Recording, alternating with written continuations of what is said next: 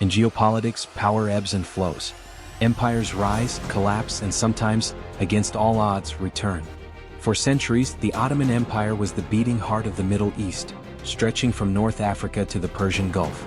Its collapse in the early 20th century left a vacuum, and for decades, Turkey turned inward, focusing on survival, modernization, and westernization. But in the 21st century, Ankara has re-emerged, not as an empire, but as a state determined to dominate the politics, economics, and security architecture of the Middle East once more. The question is, how did Turkey, a country that once seemed isolated, dependent, and preoccupied with internal struggles, become the dominant power in one of the world's most contested regions? This is the story of history, ambition, military modernization, and geopolitical maneuvering, the making of modern Turkey as the power broker of the Middle East. Historical legacy, from empire to republic. No analysis of Turkey's rise can begin without its history. The Ottoman Empire ruled much of the Middle East for nearly 400 years. Its armies held Jerusalem, Baghdad, Cairo, Damascus, and Mecca. When the empire collapsed after World War I, Turkey emerged as a truncated republic, stripped of its Arab provinces and focused on survival within new borders.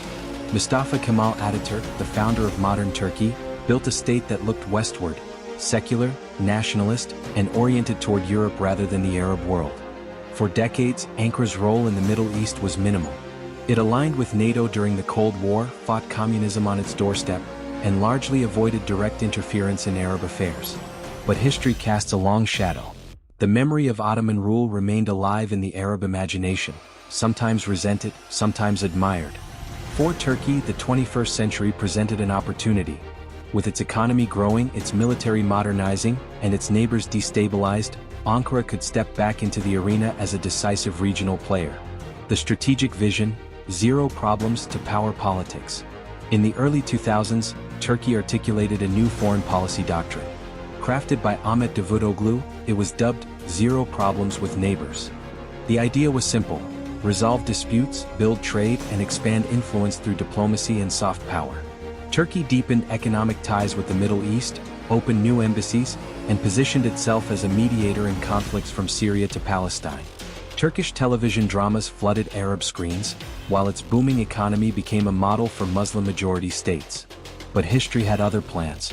The Arab Spring shattered the old regional order, and Turkey's foreign policy shifted from soft power to hard power projection. When uprisings toppled regimes, Ankara saw both threat and opportunity. It backed movements aligned with its ideology, especially Islamist political currents, and positioned itself as a protector of the people against authoritarianism. This transformation, from conciliator to active player, marked the beginning of Turkey's rise as a dominant regional power. The economic foundation, growth and energy hub ambitions. Power requires resources. Turkey's economic boom in the early 2000s provided the foundation for its assertive foreign policy. Between 2002 and 2017, Turkey's GDP nearly quadrupled, exports surged, and infrastructure projects transformed the country. But more importantly, geography gave Turkey a unique role, the energy crossroads of the Middle East and Europe. Pipelines from Azerbaijan, Iraq, and Russia passed through Turkish territory, making Ankara indispensable to Europe's energy security. Gas pipelines like TANAP and Turkstream positioned Turkey as a gatekeeper of energy, wielding leverage over both neighbors and European consumers. Trade networks also reinforced influence. Turkish construction firms built airports, roads, and housing projects across the Middle East. Investments poured into Gulf states, while Turkish goods flooded Arab markets. Economic muscle became a political tool, giving Ankara sway in capitals from Doha to Baghdad. The military revolution, drones, navy, and hard power.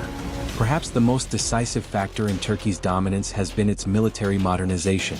In the 1990s, Turkey's armed forces relied heavily on imported systems. By the 2020s, Ankara had developed one of the most innovative and self-sufficient defense industries in the region. The crown jewel is drones. Turkish-made UAVs like the Bayraktar TB2 Akinci and the upcoming Kızılelma jet-powered drone revolutionized modern warfare. Affordable, effective, and battle-tested in Libya, Syria, Nagorno-Karabakh, and Ukraine, Turkish drones gave Ankara a new tool for both power projection and arms diplomacy. States from Africa to Central Asia now line up to buy them, embedding Turkey in their security calculations. The Navy is another pillar. Turkey unveiled the TCG Anadolu, an amphibious assault ship capable of hosting drones and helicopters, effectively turning it into the world's first drone carrier. Combined with the Blue Homeland Doctrine, which asserts Turkish control over the eastern Mediterranean, Ankara has projected naval power from Cyprus to Libya, challenging Greece, Egypt, and even NATO allies. On land, Turkey fields modernized armor, artillery, and special forces experienced in counterinsurgency and cross-border operations. Its defense exports now include tanks, howitzers, and missile systems. This combination of indigenous production and battlefield innovation has elevated Turkey into the ranks of regional military heavyweights. Interventions and proxies, the battlefields of influence. Turkey's dominance is not theoretical, it is visible on the battlefield. Over the past decade, Ankara has deployed troops, proxies, and drones across multiple conflict zones, reshaping outcomes. Syria, Turkey intervened directly to secure its border, crush Kurdish militias, and carve out zones of influence in northern Syria. Turkish troops and allied Syrian fighters now hold swaths of territory, giving Ankara a permanent stake in the future of the conflict. Iraq, Turkish forces regularly conduct operations against the PKK in northern Iraq, establishing bases and a long-term presence. This projection of power deep inside another sovereign state underscores Turkey's military reach. Libya, in 2020, Turkey's intervention turned the tide of Libya's civil war. Turkish drones, naval assets, and advisors enabled the Tripoli-based government to survive against Haftar's forces, securing Ankara a strategic foothold on North Africa's coast. Nagorno-Karabakh, Turkey's support for Azerbaijan, including drones and training, was decisive in Baku's victory over Armenia in the 2020 war. This not only reshaped the Caucasus balance but demonstrated the exportability of Turkey's military model. Qatar. When Gulf states imposed a blockade on Qatar in 2017, Turkey deployed troops and airlifted supplies, cementing an alliance with Doha. The Turkish base in Qatar remains a symbol of power projection in the Gulf. These interventions showcase a new Turkish doctrine: forward defense through proactive engagement. Instead of waiting for threats, Ankara projects power abroad to secure influence and allies. The political toolkit: alliances, rivalries, and balancing acts. Turkey's rise is also about diplomacy. Unlike states that align rigidly with one bloc, Ankara has mastered the art of balancing. With Russia, Turkey cooperates and competes simultaneously. They back opposite sides in Syria but collaborate on energy pipelines and defense deals like the S-400 missile system. This relationship unsettles NATO but increases Turkey's autonomy. With the United States, relations are strained, but Washington cannot ignore Ankara's strategic location and military role. Turkey controls Incirlik Air Base, critical for NATO operations in the Middle East. With the European Union, tensions over democracy, migration, and maritime disputes coexist with deep trade links.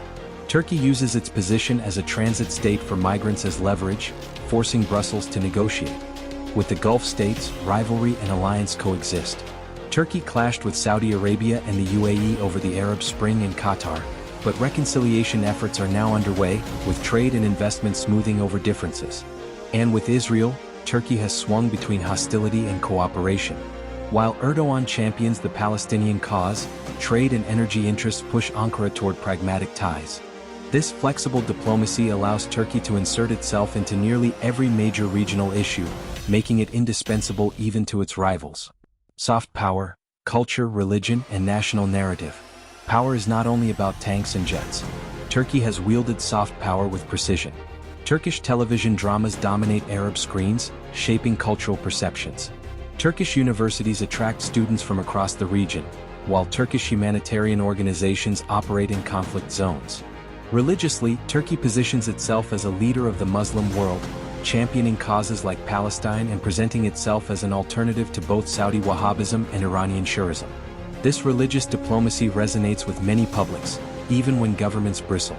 At home, nationalism and neo-Ottoman imagery reinforce the narrative of a country reclaiming its historical role. Erdoğan frames Turkey as the protector of Muslims worldwide, blending nostalgia with modern assertiveness. The limits of power, challenges and risks. Yet Turkey's dominance is not absolute. Challenges remain. Economically, inflation and currency crises threaten the foundations of power. Military ventures are costly, and sustaining multiple foreign deployments strains resources. Politically, authoritarian drift at home creates divisions, while opposition parties question the wisdom of endless overseas entanglements. Regionally, Turkey faces pushback. Greece, Egypt, Israel, and Cyprus have formed energy alliances to counter Ankara's maritime claims. Iran views Turkish influence warily, and Arab states remain cautious about Ankara's ambitions. Globally, Turkey walks a tightrope between East and West. Overplaying its hand risks alienating both sides, while underplaying risks losing momentum. The future: Turkey as a Middle East hegemon? So where does this trajectory lead? Turkey is unlikely to recreate the Ottoman Empire, but it has already achieved what few thought possible 2 decades ago. It has become the decisive actor in Middle Eastern politics. From drone exports to military bases, from diplomatic balancing to cultural influence, Turkey has positioned itself as the one power no regional or global actor can ignore. Whether in Syria, Libya, the Caucasus, or the Gulf, Ankara's fingerprints are visible. The question is not whether Turkey is dominant, but how it will use that dominance. Will it consolidate influence through cooperation and economic growth? Or will it overextend, facing the classic trap of great powers that stretch beyond their means? What is clear is this: Turkey has returned to the center of the Middle Eastern chessboard, and its moves will shape the region for decades to come. The making of a power. History is full of ironies. A century ago, the Ottoman Empire crumbled, leaving Turkey shrunken, isolated, and inward-looking. Today, its descendant state strides across the Middle East with confidence, wielding weapons, wealth, and words in equal measure. The path from fragile republic to dominant power was neither quick nor easy. It required decades of economic growth, military innovation, and political will. It required seizing opportunities, from the Arab Spring to regional wars, and turning crises into influence. Turkey has become the dominant power in the Middle East not by accident, but by design. And in an era of shifting alliances, energy struggles, and great power competition, its rise may be only the beginning of a larger story, one in which Ankara once again plays the role of empire maker in the heart of the Islamic world.